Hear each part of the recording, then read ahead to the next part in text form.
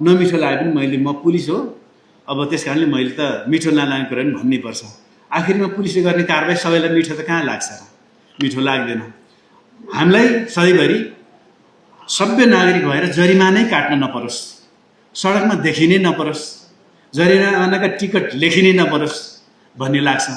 तर दुर्भाग्य के छ, मापसी गरेर नचलाइदिनु हुन भन्दा भन्दै पनि मापसी गरेर चलाइदिने, सडक लेनमा ठिकसित हिँड्नुहोस् दुर्घटना हुन्न भन्दा पनि गर्दै पर्ने, हेलमेट त लगाइदिनुहोस् तपाईँको आफ्नै टाउकोको लागि भन्दाखेरि पनि घर नजिकै छ पर्दैन भन्ने।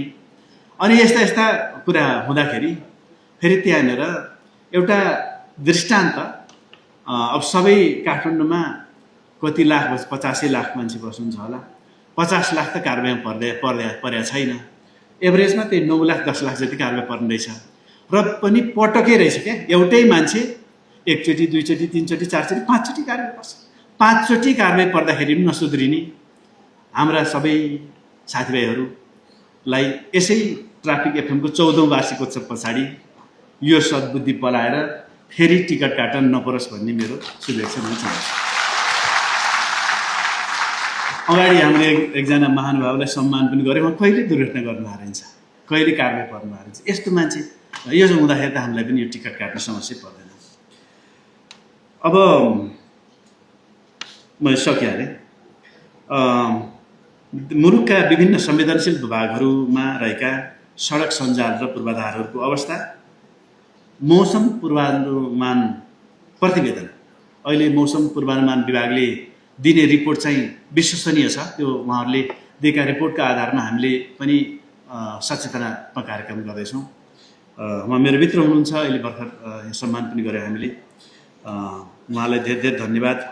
विगतको दुर्घटनाका तथ्याङ्कहरू हेर्दा तथ्याङ्क र स्थानीय युनिटसँगको सहकार्यबाट उपत्यकामा आउने र बाहिरी सवारी साधनहरूमा समय सचेत गर्ने। अब सवारी साधनहरूमा चढ्ने यात्रुहरूले पनि घरबाटै टिकट काट्न सकियोस्, मुभीको टिकट घरबाटै काट्न सकियोस्, अनि यो सवारी यात्रा गर्नेहरूले पनि घरबाटै टिकट काट्न सकियोस्। त्यसो गर्दाखेरि टिकट काट्ने ठाउँसम्म फेरि ट्राफिक जाम हुने छैन, टोयलेट जाम पनि हुने छैन, घचामची पनि हुने छैन। त्यो हुनको लागि पनि त्यो टिकट काट्ने कुरा पनि अनलाइनबाटै गर्ने, सिटको सुनिश्चितता पनि अनलाइनबाटै गर्ने, त्यो कुराको सुरुवात भएको छ। सबै सवारी साधनमा लाखौँका करोडका सवारी साधनमा 1000को एउटा क्यामेरा पनि जडान गर्ने, ड्यास क्यामेरा पनि राख्ने, भित्रतिर यात्रुको सुरक्षाको लागि पनि सार्वजनिक सवारी साधनमा क्यामेरा राख्ने, जसबाट म चढेको सवारी साधनमा मेरो सिट सुरक्षित छ, म यात्रा गर्दाखेरि कथम केही भएमा यो चाहिँ क्यामेराले कैद गरेको छ, नचाहिँदो काम गर्ने छुट कसैलाई छैन र त्यसमा कारबाही हुन्छ भन्ने बन्नको लागि पनि हाम्रा यातायात व्यवसायका क्षेत्रहरूमा सम्बद्ध सरजी हुनुहुन्छ र सबै सम्बद्धलाई पनि त्यो क्रमशः गरिराखेकै पाएको छु। र यसलाई हामी 100% यसमा छौँ भन्ने दिन आउँदा हाम्रा नागरिक पनि 100% ठिक छौँ हामी सबै साधनमा भन्ने होस् हुनेछ।